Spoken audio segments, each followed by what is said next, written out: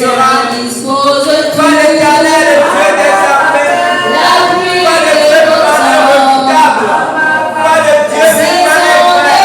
Nous te bénissons, nous te louons. Nous glorifions ton Saint-Nom. Nous glorifions ton nom, nous vendons tes mérites. Merci Seigneur de grâce pour ta présence au milieu de nous. Merci pour ce que tu as commencé à faire depuis le début de ce moment. Merci pour ce que tu feras maintenant. Père du ciel et de la terre, précieux Jésus. À toi la gloire et l'honneur. À toi la gloire et l'honneur. Au nom puissant de Jésus. Amen. On acclame le Seigneur.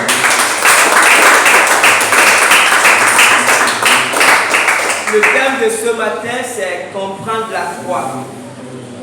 Comprendre la croix. Le verset du jour, 1 Corinthiens 1, verset 17 et 18. Ce n'est pas pour baptiser que Christ m'a envoyé, c'est pour annoncer l'évangile, et cela sans la sagesse du langage, afin que la croix de Christ ne soit pas rendue vaine. Car la prédication de la croix est une folie pour ceux qui périssent. Mais pour nous qui sommes sauvés, elle est une puissance de Dieu. Amen. Amen.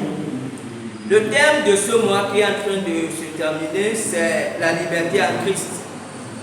Et on ne peut pas parler de liberté en Christ sans parler de la croix. Parce que la croix, c'est le point essentiel, c'est l'élément central de la rédemption.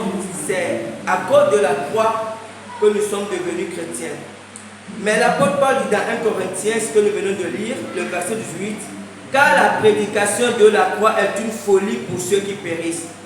Mais pour nous qui sommes sauvés, elle est une puissance de Dieu. Ce verset montre qu'il y a toujours eu et il y aura toujours une contradiction concernant la croix. Parce que même nous qui sommes chrétiens, beaucoup parmi nous ne comprenons pas bien la croix. Et Paul dit que mais la croix est une puissance de Dieu pour nous. La croix est une puissance de Dieu pour nous. En quoi la croix est une puissance de Dieu pour nous qui sommes chrétiens?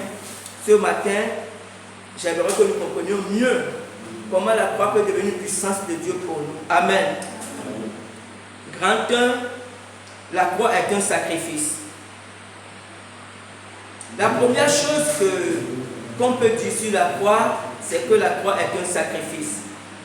Allez, nous avions les hommes, à cause du péché d'Adam, avaient deux problèmes avec Dieu. Nous avons offensé Dieu d'abord et nous étions séparés de Dieu. Quand Dieu a placé Adam et Ève dans le jardin, vous savez, Dieu avait dit à Adam de ne pas manger du fruit de l'arbre de la connaissance du bien et du mal. Et Dieu a dit à Adam, car le jour où tu en mangeras, tu mourras.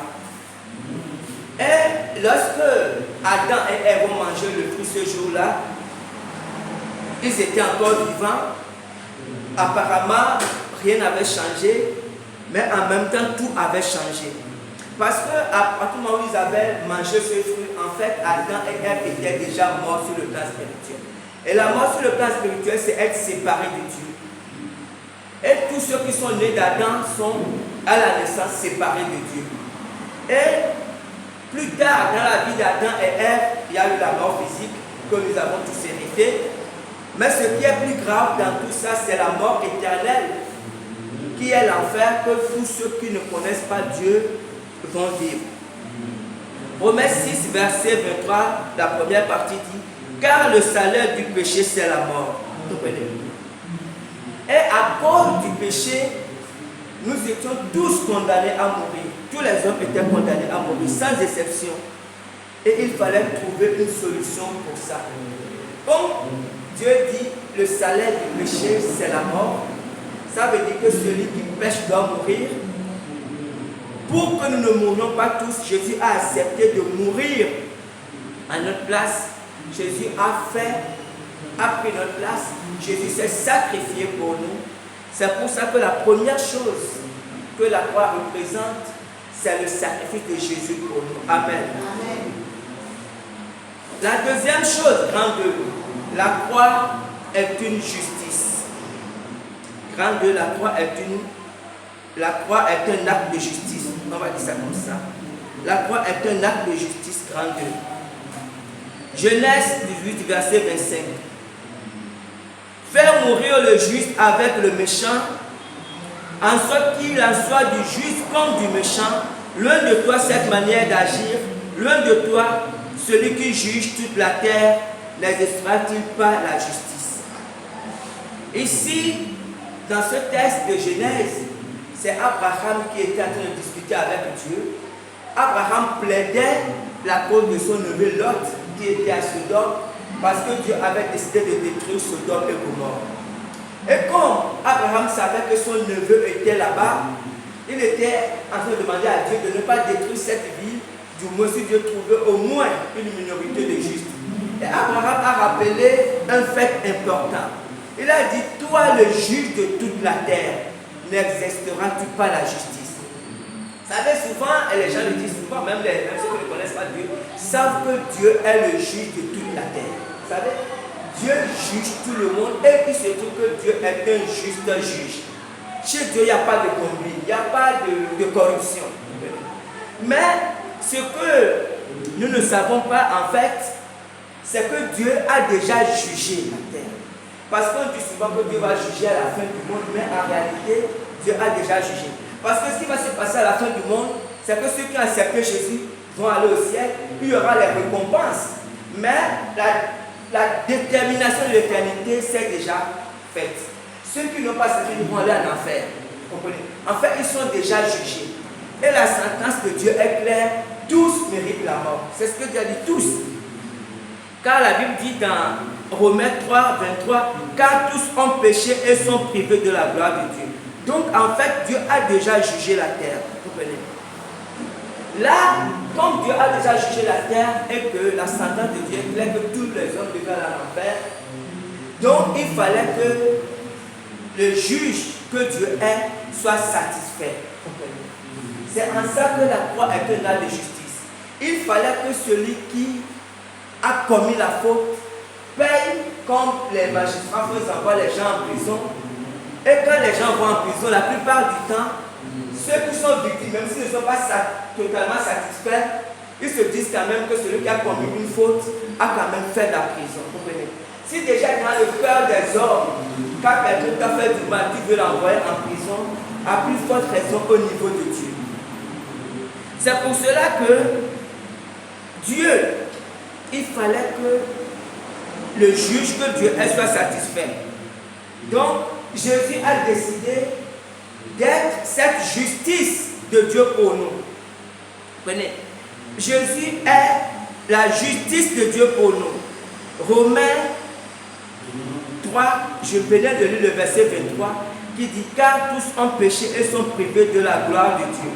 Et le verset 24 dit tout de suite, et ils sont gratuitement justifiés par la grâce, par le moyen de la rédemption qui est en Jésus-Christ. C'est que ici, le verset 23 dit que tous sont privés de la gloire de Dieu et ils ont été justifiés. C'est qu'en fait, vous savez, lorsqu'on accepte Jésus, on ne devient pas juste en faisant des efforts. Et c'est en cela que les religions se sont trompées, parce que les religions ont pensé que l'homme peut faire quelque chose pour plaire à Dieu. En fait, aucun homme ne peut rien faire pour plaire à Dieu. La seule personne, ou le seul homme, parce que Jésus-Christ était homme, il était Dieu, parce que pour prendre notre place, il fallait qu'il soit entièrement homme, et il fallait qu'il soit entièrement Dieu. Donc quand il est venu sur la terre, Jésus était entièrement homme, parce qu'il fallait qu'il soit comme nous, pour pouvoir prendre notre place. Et Jésus, à cause de son acte, à cause du sacrifice qu'il a fait en sorte que Dieu nous a totalement justifiés. C'est-à-dire que quand Dieu voit le chrétien, Dieu voit que le chrétien est purifié, Dieu voit que le chrétien est sanctifié, Dieu voit que le chrétien est tout net. Ça ne veut pas dire que le chrétien, lorsque Dieu le voit, au moment, à l'instant T, que le chrétien déjà pousse dans la réalité. Mais Dieu, la Bible dit que Dieu nous voit au travers de Jésus-Christ. C'est que lorsque Dieu voit les chrétiens, en fait, Dieu se souvient de la croix de Jésus. Dieu se souvient du sacrifice de Jésus et Dieu voit que nous sommes justifiés. justifié. Puisque Jésus est mort, vous comprenez, pour nous, puisque la dette est déjà payée, comme je parlais pour prendre le cas de la justice. Quelqu'un qui a volé, quand on le prend, quand on le met en prison, quand il sort de là, on ne va plus encore le mettre en prison parce qu'il a déjà payé pour cette chose. Et c'est exactement ce que Dieu a fait. Parce que lorsque Jésus est mort, Dieu a dit que la dette est déjà payée. On va bien comprendre ça. Quand je vais comprendre pourquoi j'insiste sur ça. La vie du chrétien, quand on devient chrétien, en fait, notre dette est déjà payée. Et qu'est-ce qui est payé? Tous les péchés qu'on a commis avant de devenir chrétien, tous les péchés qu'on commet lorsque nous sommes chrétiens et tous les péchés qu'on commettra dans le futur. Maintenant, quand je parle comme ça, il faut qu'on fasse très très attention. Parce qu'il y a des chrétiens, à cause de la grâce de Dieu, ils se disent que comme Jésus a déjà payé, comme la dette est déjà payée, ils se disent que donc on est libre de vivre dans le péché. Non. Quand on vit dans le péché, c'est qu'on n'a rien compris. Lorsque on est affranchi, lorsqu'on accepte Jésus, on ne doit plus vivre justement dans le péché. Et la Bible dit que lorsqu'on vit dans le péché volontairement, en fait c'est comme si on envoyait Jésus une seconde fois à la croix. En fait c'est comme si on méprisait, c'est une manière, peut-être que je vais donner un exemple très simple pour qu'on comprenne, un exemple qui m'est venu. Imaginez que quelqu'un a volé, comme dans le cas du voleur, et que cette personne doit aller en prison, et qu'un magistrat ou je ne sais pas a plaidé la cause de cette personne, ou qu'il y a eu un brillant avocat qui a plaidé la cause de cette personne, et que cette personne soit libérée. Comprenez? Donc c'est un homme libre.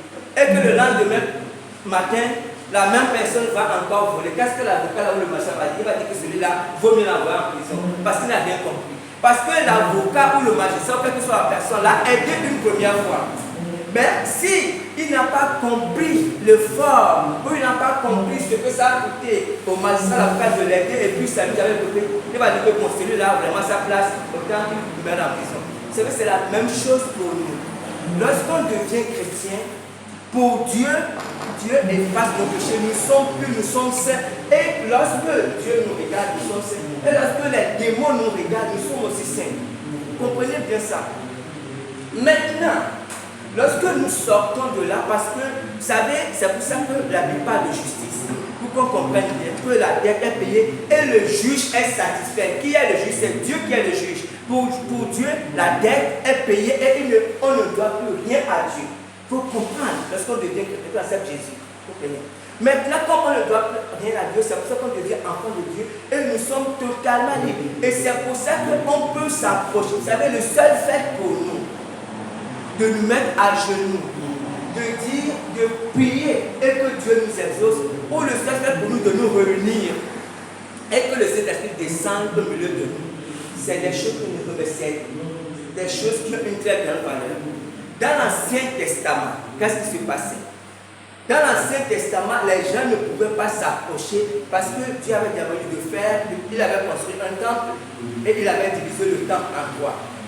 Et il y avait quelqu'un qui était le sacrificateur, c'est quelqu'un qui avait l'autorisation de parler à Dieu, mais cette personne le faisait seulement une fois par an. C'est qu'il avait le droit de parler à Dieu, mais une fois par an. Et les autres n'avaient même pas le droit de s'approcher de Dieu. Mais nous, l'apôtre dit aujourd'hui, nous pouvons entrer dans la présence de Dieu comme nous voulons. Donc pourquoi? Parce que la croix est une justice, la dette est payée, nous sommes totalement libres. Les démons, les sorciers, vous savez, quel que soit les puissances des ténèbres qui nous embêtaient, ne peuvent plus nous embêter. Parce que ce qui leur donnait la force, c'est le péché. Mais comme nous sommes justifiés devant Dieu, alors il n'y a plus rien à faire, nous sommes totalement libres. Amen. Grand 3, la croix est un rachat. Je descends petit à petit, je prends le temps pour qu'on comprenne bien. La croix est un rachat. Je vais lire Galates 3, verset 13. Christ nous a rachetés de la malédiction de la loi, étant devenu malédiction pour nous, car il est écrit, maudit est quiconque est pendu au bois. Je lis maintenant Apocalypse 5, verset 9. Et il chantait un cantique nouveau en disant, tu es digne de prendre le livre et d'en ouvrir les sceaux, car tu as été immolé et tu as racheté pour Dieu par ton sang des hommes de toute tribu, de toute langue, de tout peuple et de toute nation. Amen. Amen. Le rachat, vous savez, est un thème très très important pour le chrétien. Hier, on a acheté le journal, je n'ai pas lu, j'ai donné à maman cela parce que c'est un journal qui la concernait beaucoup plus. Donc elle a lu quelque chose dans le journal, elle m'a dit de lire en fait. Après, c'est dans le journal, c'était un pasteur d'Alena Kelly, un pasteur qui a été ordonné en 2011 et qui violait les petits-enfants depuis 2015, je crois. Des enfants de 13 ans, des enfants de 15 ans. Il paraît qu'il y a aussi les garçons. En tout cas, il a avoué et il s'est retrouvé, pour le moment en tout cas, il est en prison. Et le plus grave, c'est que la mère, je crois, la mère des enfants, en tout cas des filles, aussi fréquentaient la même église. Elles ont bien dit que pourtant, cet homme qui est pasteur est cadre à la CNSS et il y a beaucoup d'hommes dans son église. Vous comprenez? Un pasteur qui a été ordonné, consacré et qui viole les enfants, les petits-enfants. Vous savez, c'est toute la contradiction, c'est des choses qui jettent une discrédit sur l'église, mais le problème est plus profond que ça. Vous savez, parce que l'image que les gens se font quand on parle de pasteur, d'apôtre, d'évêque, ou quels que soient les titres qu'on se donne, quand on parle de nous, vous savez, les gens se font une idée. Parce qu'à la base, ils ne savent pas ce qu'est un enfant de Dieu. Mais un enfant de Dieu, ce n'est pas forcément le pasteur, l'apôtre, le prophète, non. Ce n'est pas ça. Ce qui intéresse Dieu, c'est d'abord la base. Un enfant de Dieu, c'est celui qui est né de nouveau. C'est ça qui fait d'abord l'enfant de Dieu. C'est ça qui fait le fils de Dieu. C'est ça qui fait la fille de Dieu. Et c'est pour être né de nouveau, c'est passer par une expérience spirituelle avec le Saint-Esprit. C'est l'expérience personnelle. Et c'est ceux qui ont vécu ça qui peuvent mieux l'expliquer. Mais c'est quelque chose qui se passe dans votre esprit. En fait, vous êtes transformé dans votre esprit. Et lorsque vous êtes transformé dans votre esprit, l'autre chose qui se passe, c'est que vous êtes racheté. Je vais expliquer ce que c'est que le rachat. Le rachat ici, vous comprenez, c'est le fait d'être délivré du péché. C'est quelque chose de fondamental dans la vie du chrétien. Lorsque quelqu'un n'est pas né de nouveau, en fait, il est esclave du péché, il est esclave de Satan et il est esclave de la mort. Quand on dit qu'il est esclave du péché, ça ne veut pas dire qu'il fait n'importe quoi. Vous savez, je vais prendre un exemple très simple. Peut-être que beaucoup parmi nous avons déjà suivi des films où il y a des otages. Vous comprenez? Et dans ces films où il y a des otages, on peut voir que les ravisseurs, en fait ceux qui kidnappent les gens, n'ont pas forcément les mêmes comportements. Il y a des ravisseurs qui sont très méchants, mais il y a d'autres, ils prennent les otages, ils peuvent les laisser se balader. Et en fait, c'est un peu ce que Satan fait avec les hommes. Vous savez, lorsqu'on voit dans la vie des hommes, dans la vie de tout homme, il y a forcément un tout homme qui ne connaît pas Dieu, il y a forcément un esclavage de péché. Il y a des gens honnêtement dans le monde qui sont très très bien. À la limite, leur seul défaut, c'est peut-être qu'ils mentent. Mais peut-être que dans tous les autres domaines, ils sont vraiment très bons. Il y a des gens qui ont de sérieux problèmes comme la pédophilie. Il y a des gens qui ont des problèmes comme l'homosexualité. Il y a des gens qui sont alcooliques, comprenez. Il y a, en fonction des gens, on peut découvrir des choses.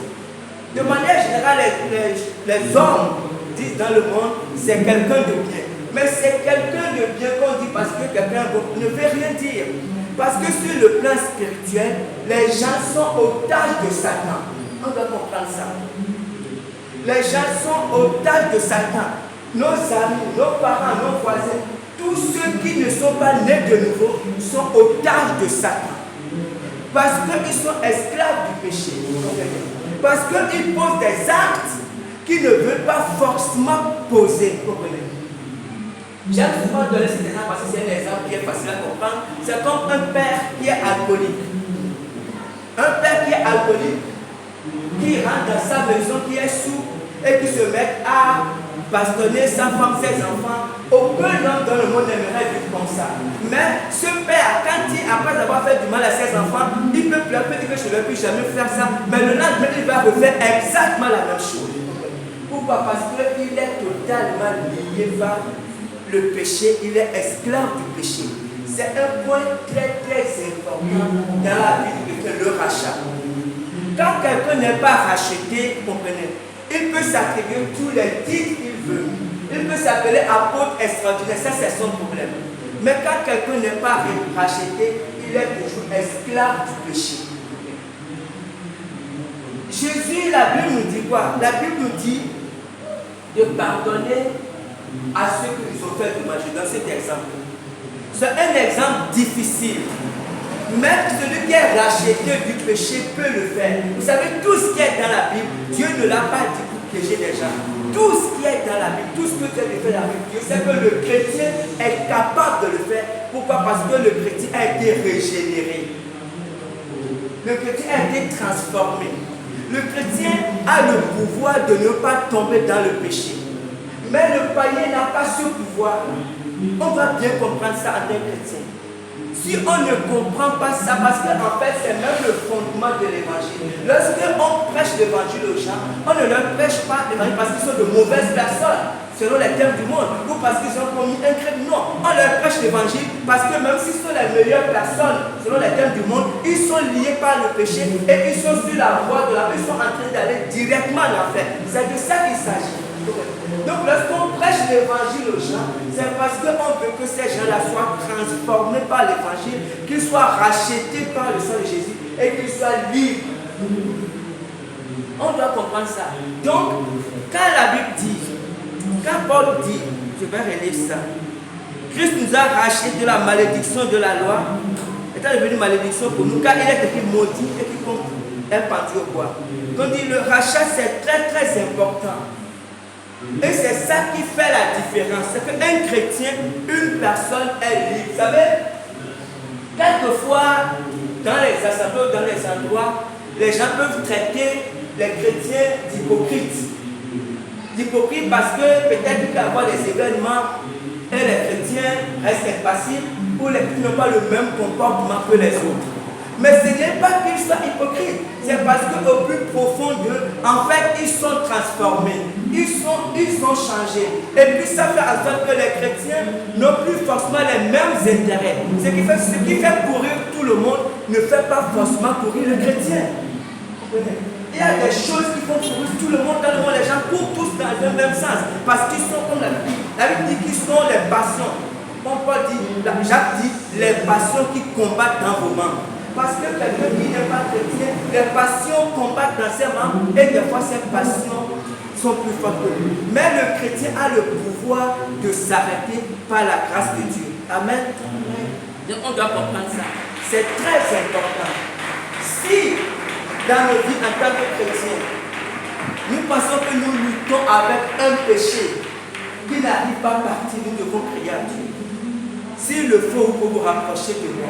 Un chrétien est racheté de tout péché.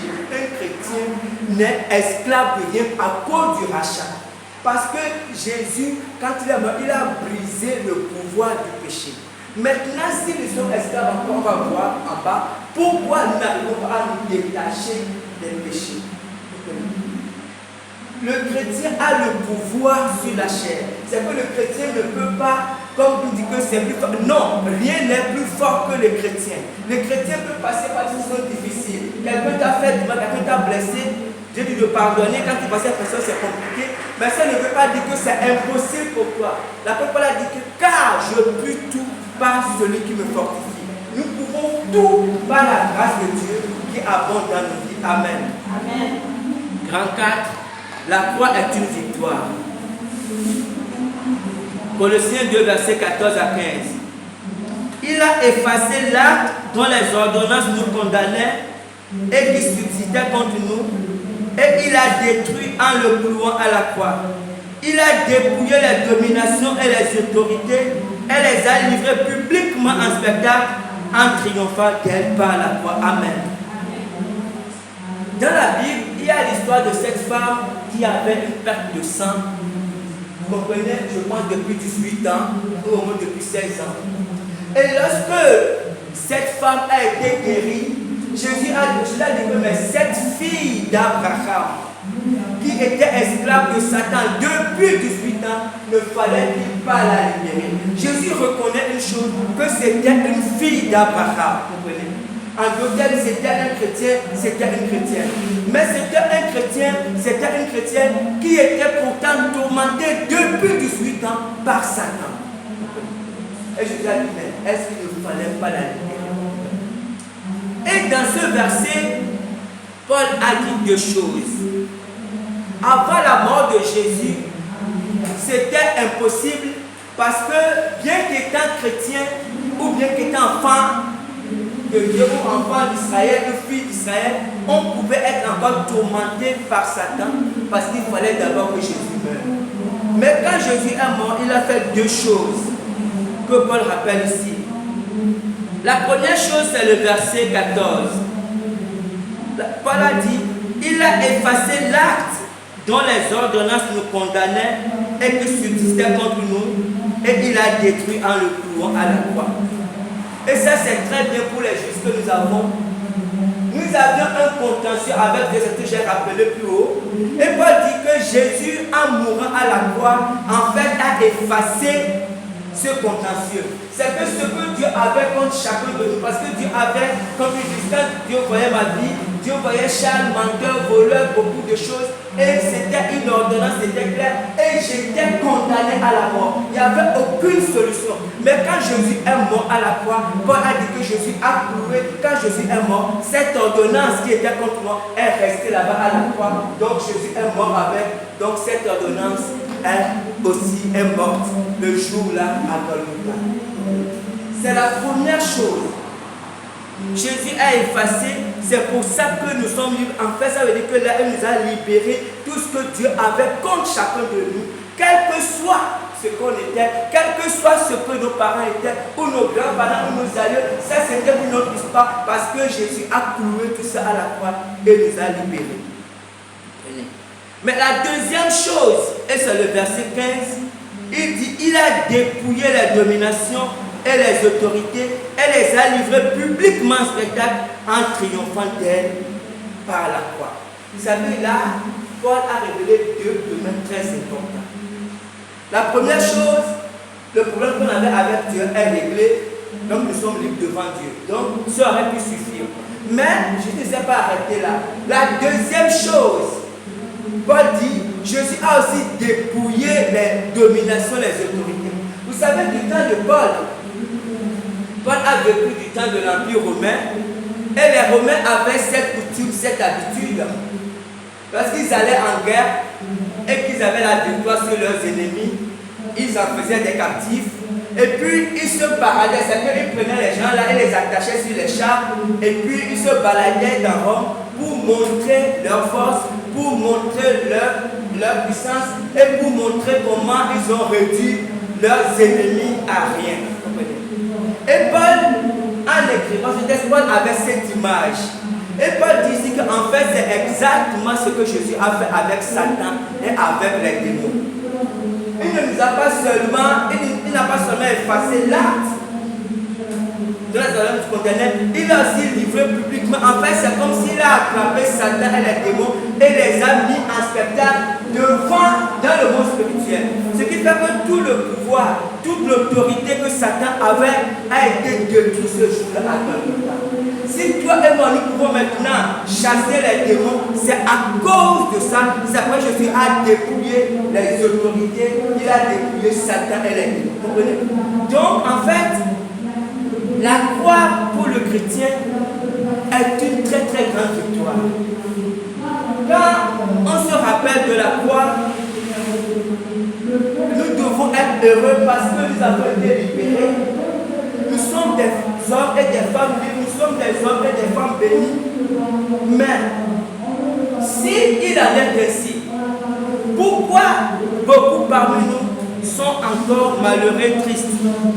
Et c'est ça qu'on va voir dans le grand 5, libérer ou évader. Grand 5, libérer, évader. Et nous allons terminer avec ça. Donc je disais que la croix est une grande victoire pour le chrétien. Il n'y a pas de chose plus importante dans la vie du chrétien que la croix.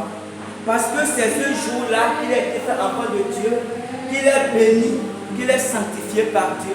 Et qu'il est, en fait, le chrétien, la chrétienne, c'est quelqu'un qui est libre de toute entrave. Comprenez?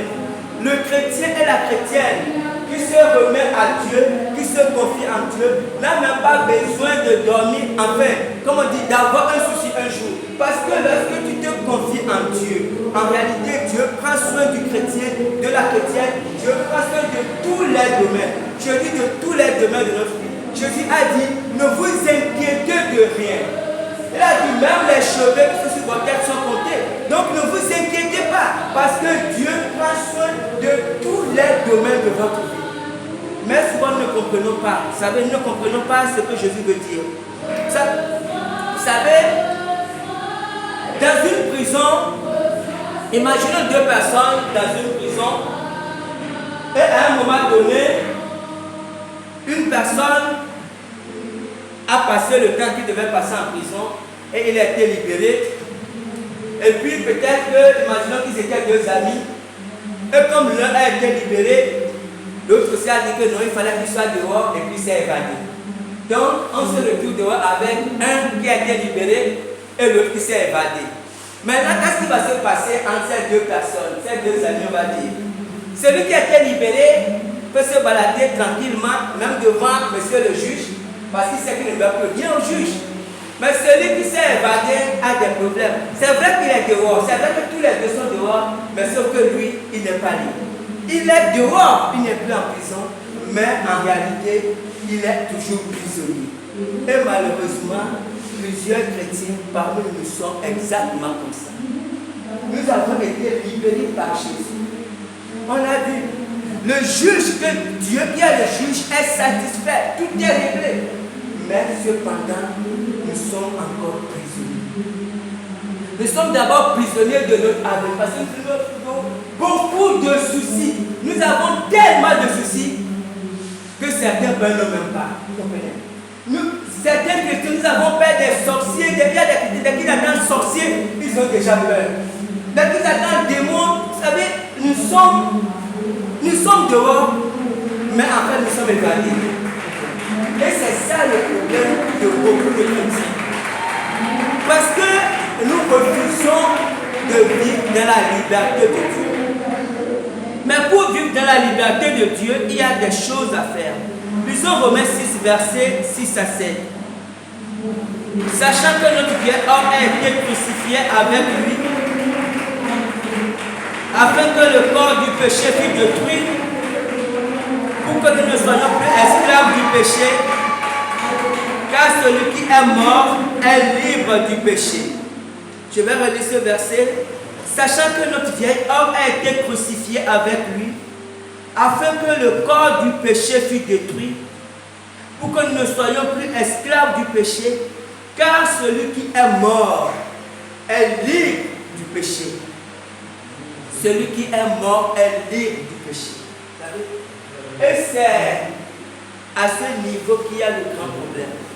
Parce que Jésus a été crucifié à la croix, et il n'a pas été seulement crucifié, il est mort et il a été enseveli, il a été enterré. Comprenez? Et lorsque nous faisons le baptême, je parle du baptême par immersion pour ceux qui l'ont fait, ce baptême justement est l'image de la mort et de la résurrection. Ça veut dire que nous acceptons de mourir avec Jésus et lorsque nous revenons à la vie, nous ressuscitons pour vivre en nouveauté de vie. C'est que nous acceptons que notre corps, la Bible dit que puisque le corps du péché a été crucifié. En fait, quand Jésus a été crucifié, chaque chrétien doit s'identifier que lorsque Jésus est crucifié, c'est moi qui étais crucifié parce que je méritais la mort. Et quand il a été enseveli, en fait, c'est moi qui ai été enseveli. Parce que vous savez, le grand problème, c'est à ce niveau. Parce que quand je dis à ce niveau, en fait, je veux parler de notre moi. Parce que lorsque on accepte qu'on est est mort avec Jésus sur la croix, en fait, on accepte de vivre exactement comme Dieu le veut. Parce qu'on vit dorénavant pour Dieu, on fait la volonté de Dieu, nos ambitions, nos rêves, nous déposons tout au pied de Jésus et nous faisons ce que Jésus veut que nous fassions. C'est ça la vie du chrétien. Faire la volonté de Dieu, vivre pour Dieu. Et c'est à ce niveau que c'est compliqué pour nous. Parce que notre problème, c'est que nous voulons faire des choses hors de la volonté de Dieu. Nous voulons faire ce que nous voulons. Comprenez bien. Mais aussi longtemps qu'un chrétien veut faire ce qu'il veut, alors il sort totalement de la volonté de Dieu. Et un chrétien qui sort de la volonté de Dieu, un chrétien qui n'est pas soumis à Dieu, ne peut pas vivre la liberté de Dieu. Parce qu'un chrétien qui veut faire sa volonté, qui veut faire le moi, parce que le moi est toujours soumis à Satan. Nous devons comprendre ça. Le moi est toujours soumis à Satan. Un chrétien qui sort, lisons un autre verset de Jacques. Jacques dit, soumettez-vous donc à Dieu, résistez au diable et il fera l'un de vous. Jacques n'a pas dit, parce que souvent, il y a beaucoup de chrétiens qui prononcent ce verset, mais qui prennent la fin. La Bible ne dit pas résister au diable et il fera l'un de vous. Ce n'est pas ce que le verset dit. Je reprends, le verset de Dieu ne dit pas résister au diable et il fera l'un de vous. Le verset a commencé par soumettez-vous donc à Dieu. Et ensuite, résistez au diable. Si vous n'êtes pas soumis à Dieu, ne pensez pas un instant que vous pourrez résister au diable. Parce que la force pour résister au diable vous vient dans la soumission à Dieu. C'est dans la soumission que vous puisez votre force pour résister à Satan. Aucun homme n'a aucun pouvoir pour résister à Satan. Ça n'existe pas. Nous devons bien comprendre. Et c'est là où beaucoup de chrétiens ont des problèmes. Si tu veux résister au diable, alors commence à te soumettre à Dieu. Et quand tu seras soumis à Dieu, et quand tu seras la propriété de Dieu, aucune puissance, aucun démon, aucun sorcier ne pourra venir te chercher dans la soumission de Dieu. Parce que là, tu appartiens à Dieu. Mais si tu es hors de la volonté de Dieu, tu es exposé à tous les oiseaux qui traînent. Comprenez? Et c'est là où les chrétiens ont beaucoup de problèmes. Parce qu'aujourd'hui, nous vivons dans une ère d'indépendance, de liberté, comme on dit, de démocratie, et nous voulons faire tout ce que nous voulons comme nous voulons. Ça c'est bien, mais ce n'est pas bien pour le chrétien. Parce que le chrétien, doit être soumis à Dieu, Dieu doit être soumis aux autorités. Le chrétien doit faire ce que Dieu lui dit de faire. Vous savez, Dieu nous a donné la liberté. Nous sommes libres, totalement libérés. Mais nous sommes libres en faisant ce que Dieu dit dans la Bible. Si nous ne faisons pas ce que Dieu dit dans la Bible, alors, vous savez, c'est comme l'histoire du peuple d'Israël. Quand nous voyons comment le peuple d'Israël a marché dans le désert, Dieu leur a dit des choses. Dieu leur a dit que je vous donne ce pays. Dieu a dit je vous donne ce pays. Dieu a dit que je vous donne ce pays. Dieu a dit quoi, que je vous donne Jéricho. Mais pour entrer dans Jéricho, il fallait que Dieu leur dise comment faire. Je ne sais pas lever pour dire que comme Dieu a dit qu'il me donne Jéricho, je me lève, allons, on va attaquer Jéricho. S'ils avaient ça, ils seraient tous morts. Dieu a dit, je vous livre Jéricho. Et Dieu a dit, voici comment vous ferez pour faire quoi? Pour entrer dans Jéricho. Mais nous pensons, vous savez, nous citons les versets bibliques à tort et à travers. Dieu nous a libérés et Dieu a donné des instructions dans la Bible. Si nous voulons vivre dans cette liberté, si nous voulons être bénis, si nous voulons être prospères, faisons ce que Dieu a dit dans sa parole et nous serons abondamment bénis. Amen. Amen. Et que Dieu bénisse sa parole.